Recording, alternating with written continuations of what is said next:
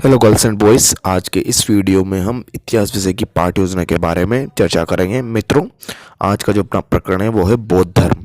और मित्रों, इस प्रकार से आपको जो आप पाठ्य योजना, सबसे पहले आपकी पाठ्य योजना का क्रमांक लगा लीजिए। जो भी आपकी पाठ्य योजना है, विद्यालय का नाम लिख लीजिए, जिस विद्यालय में आपको प्रशिक्षण का प्रोग्राम चल रहा है, कक्षा लिख लीजिए, विषय लिख लीजिए।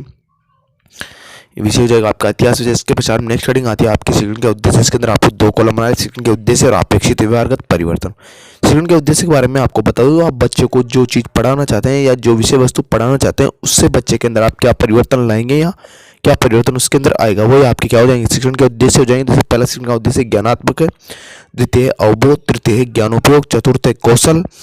और इन सभी जो मैं आपको शिक्षण के उद्देश्य लिखा रहा हूँ, इन शिक्षण के उद्देश्य संबंधी जो बच्चे के अंदर जो अपेक्षित व्यवहारगत परिवर्तन या जो परिवर्तन को आपको दिखाई देंगे, या समझ लीजिए ये परिवर्तन अगर आपको दिखाई देंगे तो बच्चे के अंदर बच्चे ने वो जो शिक्षण का उद्देश्य है वो वाला वो ग्रहण कर लिया है।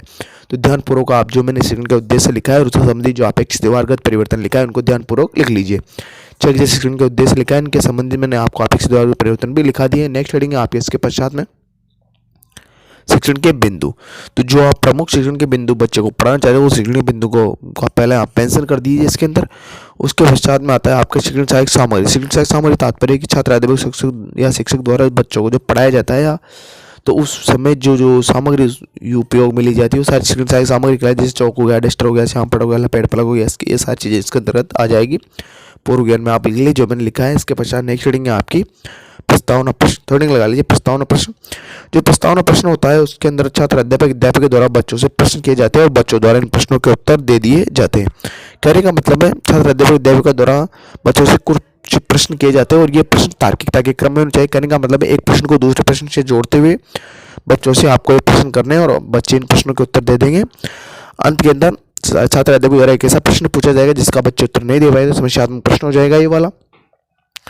तो इस प्रकार से आपको प्रश्न पूछ लें और कम से कम आपको 4 प्रश्न अधिकतम 6 या 7 प्रश्न आपके द्वारा बच्चों से पूछे जा सकते हैं। नेक्स्ट रीडिंग हो जाएगी इसके पश्चात में उद्देश्य कथन। उद्देश्य कथन में लिखेंगे बच्चों, आज हम जो बौद्ध धर्म है उसके बारे में विस्तार पूर्वक चर्चा करेंगे। ये हो जाएंगे आपकी इस प्रकार सारी चीज़ें। नेक्स्ट रीडिंग आती है आपका प्रस्तुतिकरण। तो प्रस्तुतिकरण के अंदर आपको 5 कॉलम बना लेना। पहला कॉलम हो जाएगा शिक्षण बिंदु, दूसरा हो जाएगा छात्र अध्यापक क्रिया, तीसरा हो जाएगा छात्र क्रिया, चौथा हो जाएगा सहायक सामग्री और 5वां हो जाएगा श्यामपट्ट कार्य। इस प्रकार से आपको ये 5 कॉलम बना लेने।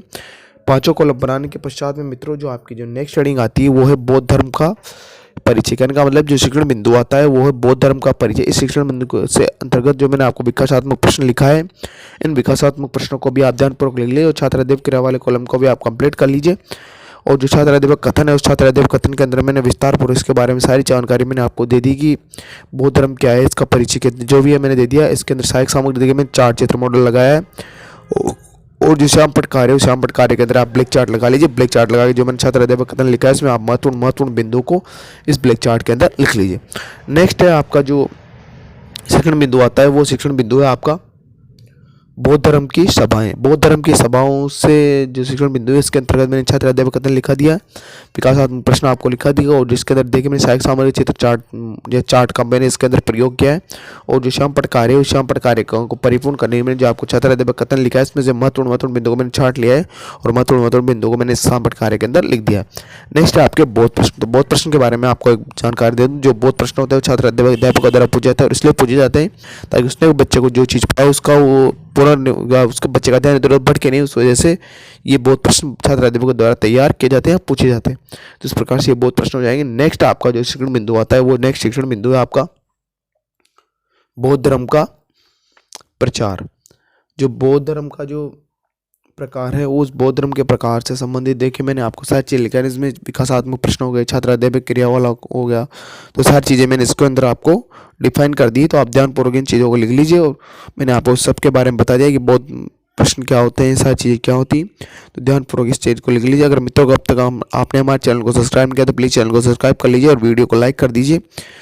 प्लीज़ सब्सक्राइब जरूर करिएगा और वीडियो को लाइक जरूर करिएगा। नेक्स्ट हेडिंग है आपकी इसके पश्चात में वो है आपके मूल्यांकन प्रश्न। जो मूल्यांकन प्रश्न होते हैं वो छात्र अध्यापक द्वारा पूछे जाते हैं और इसलिए पूछा जाता है कि बच्चे ने जो सीखा है, आप छात्र अध्यापिका ने जो बच्चों को पढ़ाया है बच्चों ने कितना सीखा है नहीं सीखा, इसका प्रतिपुष्टि या फीडबैक लेने के लिए मूल्यांकन प्रश्न तैयार किए जाते हैं। मूल्यांकन प्रश्न आपके द्वारा किसी भी प्रकार के बनाए जा सकते हैं। लघुत्तरात्मक, अति लघुत्तरात्मक, निबंधात्मक, विकल्पात्मक, किसी प्रकार के प्रश्न आपके द्वारा तैयार किए जा सकते हैं। तो आप इस प्रकार से इन सारे मूल्यांकन प्रश्न को लिख लीजिए और अंत के अंदर आप बच्चों को कर दीजिए ताकि बच्चे घर पे जाकर उस कार्य को कर सकें। आशा करता हूँ कि आपको वीडियो अच्छा लगा होगा, तो प्लीज़ वीडियो को लाइक करें, शेयर करें और चैनल को सब्सक्राइब करना ना भूलें। और भी पाठ की आवश्यकता तो हमारे चैनल के पेज पर विजिट करें, वहाँ पर आपको प्लेलिस्ट मिल जाएगी। प्लेलिस्ट के अंदर बहुत सारी पाठ योजनाएं आपको उपलब्ध हो जाएगी। जय भारत, वंदे मातरम।